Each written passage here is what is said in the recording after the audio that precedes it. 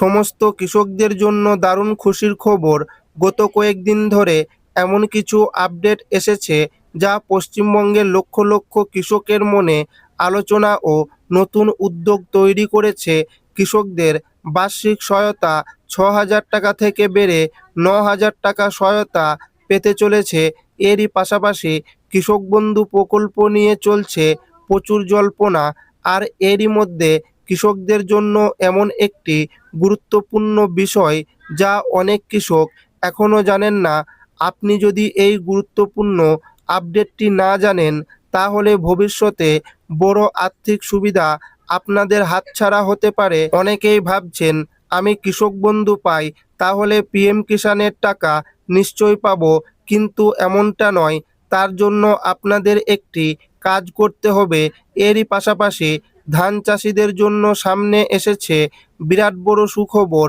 প্রতি কুইন্টাল ধানের দামে অতিরিক্ত বোনাসের দাবি এবং কৃষক বন্ধু প্রকল্পের টাকা অর্থাৎ খারিফ সিজনের টাকা কবে কৃষকদের ব্যাংক অ্যাকাউন্টে আসতে পারে, কারা কারা টাকা পাবেন আর কারা টাকা পাবেন না, সমস্ত কিছু জানিয়ে দেব আজকের এই ভিডিওটিতে এবং আপনাদেরকে প্রমাণ সমেত দেখাবো।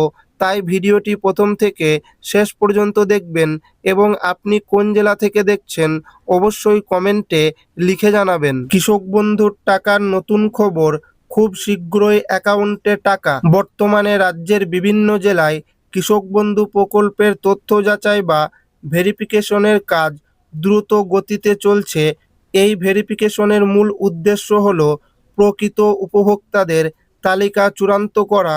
প্রশাসনিক সূত্র অনুযায়ী কয়েকটি বিষয়ে বিশেষভাবে যাচাই করা হচ্ছে। প্রথমত, আবেদনকারীর পরিচয় সঠিক কিনা, জমির তথ্য আপডেট আছে কিনা, ব্যাংক অ্যাকাউন্টের সঙ্গে আধার লিঙ্ক আছে কিনা, ভুল তথ্য আছে কিনা। এর ফলে অনেক কৃষক পুনরায় যাচাইয়ের আওতায় রয়েছে। তবে যাদের সমস্ত তথ্য সঠিক আছে তাদের আতঙ্কিত হওয়ার কোনো দরকার নেই। কারা বেশি সতর্ক থাকবেন? বর্তমানে যেসব আবেদন বিশেষভাবে পরীক্ষা করা হচ্ছে, যেগুলির মধ্যে রয়েছে তথ্য অসম্পূর্ণ আবেদন, দীর্ঘদিন আপডেট না হওয়া রেকর্ড, ব্যাংক অ্যাকাউন্টের সমস্যা, নথির সঙ্গে তথ্যের অমিল।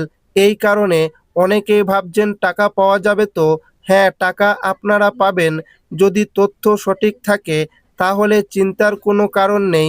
ভেরিফিকেশন শেষ হলেই পরবর্তী ধাপের টাকা শুরু করা হবে। পশ্চিমবঙ্গের কৃষক বন্ধু প্রকল্পে একজন কৃষক বছরে সর্বোচ্চ 10,000 টাকা আর্থিক সহায়তা পান। এই টাকা বছরে দুটি কিস্তিতে খরিফ ও রবি এই দুটি মরশুমে টাকা পাঠানো হয়। 1 একর বা তার বেশি জমি থাকলে বছরে 10,000 টাকা এবং 1 একর বা তার কম জমি থাকলে বছরে 4,000 টাকা দেওয়া হয়। সেই সঙ্গে শ্রমিকদের জন্য 2026-27 অর্থ বছরে চালু হওয়া নতুন সহায়তা প্রকল্পের যোগ্য ভূমিহীন কৃষি শ্রমিকরা 4,000 টাকা পাবেন দুটি কিস্তিতে, 2,000 ও 2,000 টাকা। এরই পাশাপাশি 18 থেকে 60 বছরের মধ্যে যদি কোনো কৃষক মারা যান, তাহলে মৃত্যুকালীন সহায়তা 2 লক্ষ টাকা দেওয়া হয়। নতুন আবেদন নিয়ে বড় আপডেট। অনেক নতুন কৃষক দীর্ঘদিন ধরে আবেদন শুরুর অপেক্ষায় রয়েছেন। বর্তমানে ভেরিফিকেশন শেষ হওয়ার পর নতুন আবেদন গ্রহণের সম্ভাবনা নিয়ে আলোচনা চলছে, যদিও এখনো পর্যন্ত সরকারিভাবে কোনো ঘোষণা হয়নি। পিএম কিষাণ প্রকল্প নিয়ে সুখবর। কেন্দ্রীয় সরকারের অন্যতম জনপ্রিয় প্রকল্প প্রধানমন্ত্রী কিষাণ সম্মান নিধি যোজনা। এই প্রকল্পের মাধ্যমে যোগ্য কৃষকদের বছরে 6,000 টাকা আর্থিক সহায়তা প্রদান করা হয়। অনেক কৃষকের অ্যাকাউন্টে সাম্প্রতিক কিস্তির টাকা পৌঁছানোর প্রক্রিয়া শুরু হয়েছে। যদি আপনার অ্যাকাউন্টে এখনো পর্যন্ত টাকা না এসে থাকে, তাহলে প্রথমে স্ট্যাটাস চেক করুন। কিন্তু এবার বাজেটে বড় ঘোষণা হয়েছে। ঘোষণা অনুযায়ী কেন্দ্রীয় সরকারের 6,000 টাকার পাশাপাশি রাজ্য সরকার আরও অতিরিক্ত 3,000 টাকা দেওয়ার সিদ্ধান্ত নিয়েছে।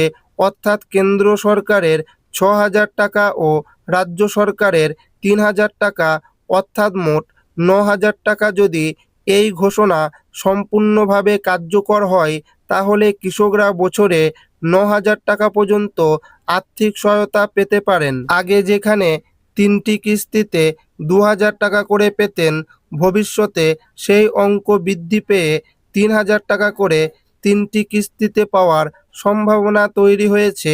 এটি কৃষকদের জন্য অবশ্যই একটি বড় সুখবর। প্রধানমন্ত্রী ফসল বীমা যোজনা নরেন্দ্র মোদীর উদ্যোগে আবারও আলোচনা এসেছে প্রধানমন্ত্রী ফসল বীমা যোজনা।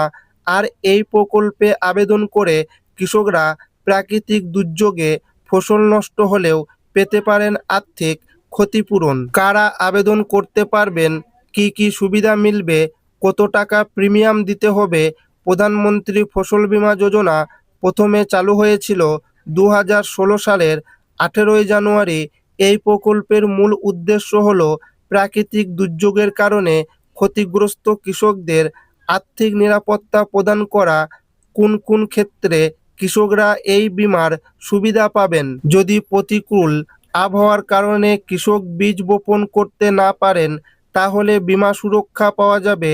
খরা, বন্যা, পোকামাকড় এইসব কারণে যদি ফসলের ক্ষতিপূরণ হয় তাহলে বীমার সুবিধা পাওয়া যাবে। ফসল কাটার পর মাঠে রাখা অবস্থায় যদি ঘূর্ণিঝড়, অতিবৃষ্টির কারণে ক্ষতি হয় তাহলে সর্বোচ্চ 14 দিন পর্যন্ত বীমা সুরক্ষা পাওয়া যাবে। শিলাবৃষ্টি বা ভূমিধসে ক্ষতিগ্রস্ত হলে তাহলে এই ফসলের ক্ষতিপূরণ পাওয়া যাবে। কিভাবে আবেদন করবেন? আপনারা চাইলে অনলাইনে PMFBY পোর্টালে কি আবেদন করতে পারেন। এছাড়া ব্যাংক, কৃষি ঋণ প্রদানকারী প্রতিষ্ঠান অথবা নিকটবর্তী সাইবার ক্যাফেতে গিয়ে আবেদন করা যাবে। আবেদনের জন্য সাধারণত যে নথিগুলি লাগবে সেগুলি হলো আধার কার্ড, জমির নথি বা রেকর্ড ব্যাংকের পাসবই, মোবাইল নাম্বার। রাজ্যের কোনো যোগ্য কৃষক এই প্রকল্পে আবেদন করতে পারবেন।